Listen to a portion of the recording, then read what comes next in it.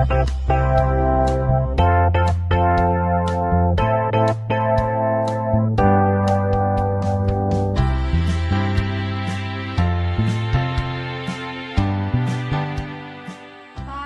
peringatan ulang tahun kemerdekaan, aku leye-leye nonton TV. Ketika lagu Sorai-Sorai dikumandangkan, cucuku pelan-pelan mendekat lalu berbisik, "Kek, apakah kita sudah merdeka?" Aku terkejut. "Apa? Apakah kita sudah merdeka, Kek?" Aku mulai marah.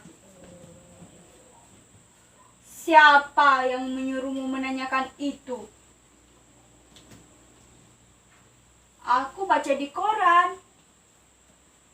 Cucuku mengeluarkan sobekan kertas koran dari sakunya, kemudian menunjukkan sebuah kepala berita. Darahku mendidih. Media sekarang semuanya edan. Dagangannya semua sensasi, semua bukan fakta. Kemudian kugayu tangan cucuku lalu kududukkan di sampingku. "Sini dulu cuk, sini. Aku mau ngomong. Apa-apa saja kerjaan gurumu di sekolah? Apa gurumu sudah berhenti mengajar sejarah Indonesia?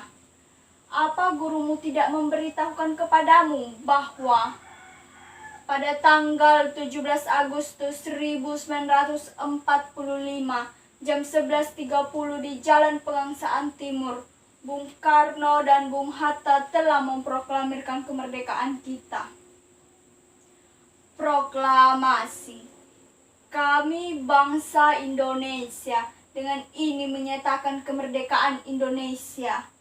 Hal-hal mengenai pemindahan kekuasaan dan lain-lain diselenggarakan dengan cara saksama dalam tempo yang sesingkat-singkatnya. Jakarta, 17 Agustus 1945. Atas nama bangsa Indonesia, Soekarno-Hatta.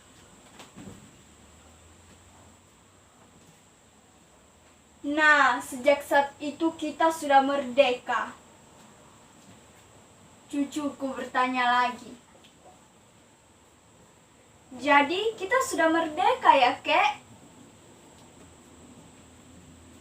"Wah, jelas. Kalau kita merdeka, Kek, kenapa kita masih miskin?" Hampir saja tanganku menampar mulut cucuku. Untung aku ingat anak kecil ini masih cucuku sendiri. Sambil menahan geram aku mengeram.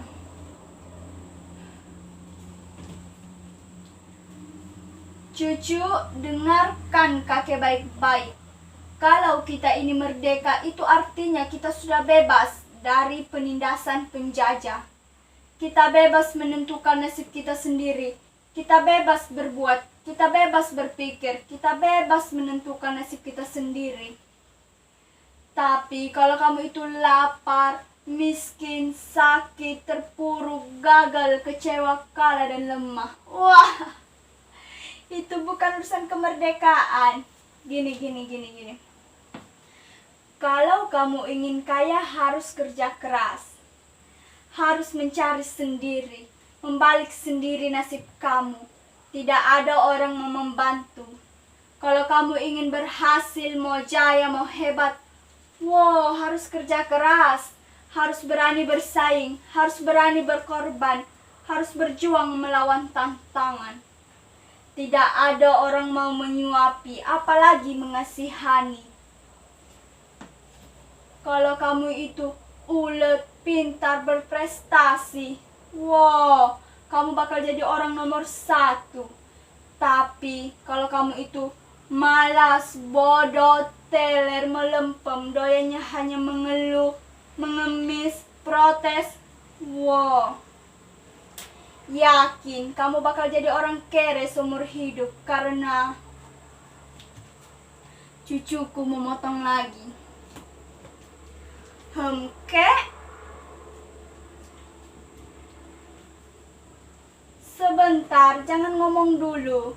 Karena jika kita merdeka, kita harus bisa mempergunakan sebuah kebebasan yang diberikan kemerdekaan. Jangan mentang-mentang kamu merdeka terus seenaknya sendiri. Kebebasan seenak udelmu sendiri. Padahal cucuku bertanya lagi. Kek? Aduh, jangan ngomong dulu, aku belum selesai ngomong. Padahal kalau kamu merdeka, kemerdekaan kamu dibatasi oleh kemerdekaan lain milik saudaramu sendiri. Yang sama merdekanya dengan kamu, walhasil. Kalau kamu merdeka, sebenarnya kamu tidak merdeka, mengerti?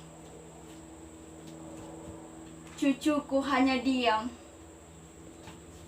Mengerti?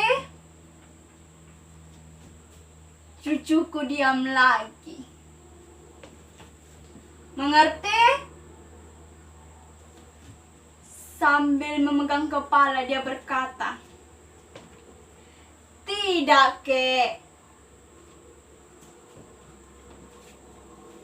Nah, dengan kamu bilang tidak artinya kamu orang merdeka. Hanya orang merdeka yang berani kapan saja bilang tidak. Di layar televisi, sang saka telah dikerek diiringi lagu Indonesia Raya. Aku jadi merinding, aku terlempar ke dalam masa revolusi. Ketika aku pergi ke hutan, bersembunyi di balik ketiak-ketiak bukit, mencegat konvoi tentara kolonial, menghancurkan jembatan malam-malam, mengendap-endap masuk ke kota, menyusup ke tansi militer kolonial untuk mencuri senjata. Tapi kami disergap karena ada pengkhianatan. Kami lari dan kakiku tertembak. Kami semua jatuh ke dalam sumur tua. Jadi betul, Kek, kita sudah merdeka? Sang saka telah naik ke puncak tiang anggun perkasa. Aku telah turut, aku telah ikut membayar ongkos perjalanan hingga kakiku pincang hingga sekarang. Tapi sama sekali tidak ada rasa menyesal. Cucuku bertanya lagi. Jadi betul, Kek, kita sudah merdeka?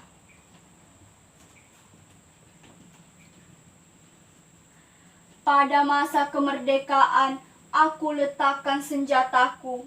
Aku kembali ke sawah. Hidupku kembali tenang.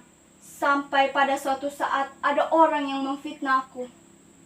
Mengatakan aku pengkhianat ketika kami disergap dulu. Aku diperkarakan, aku dipenjara 5 tahun dalam penjara. Akhirnya aku sadar, orang yang memfitnahku itulah pengkhianat sebenar.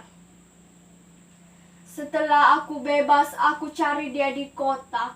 Tapi ternyata dia sudah jadi pejabat yang sangat dicintai masyarakat. Aku bukan pahlawan lagi. Aku hanyalah orang biasa yang mencintai keluargaku. Aku lari, aku melarikan diri. Aku menghilang, aku menjerit, aku menangis dalam batin.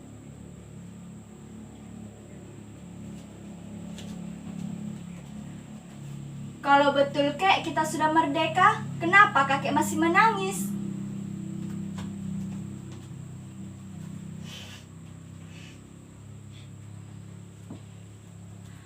Aku terkejut, lalu aku cepat-cepat mengusap air mataku, kemudian kugayu tangan cucuku. Cucu, kakek menangis karena kita sudah merdeka. Hanya orang merdeka yang boleh dan berani menangis dimanapun dan kapanpun ia ingin menangis.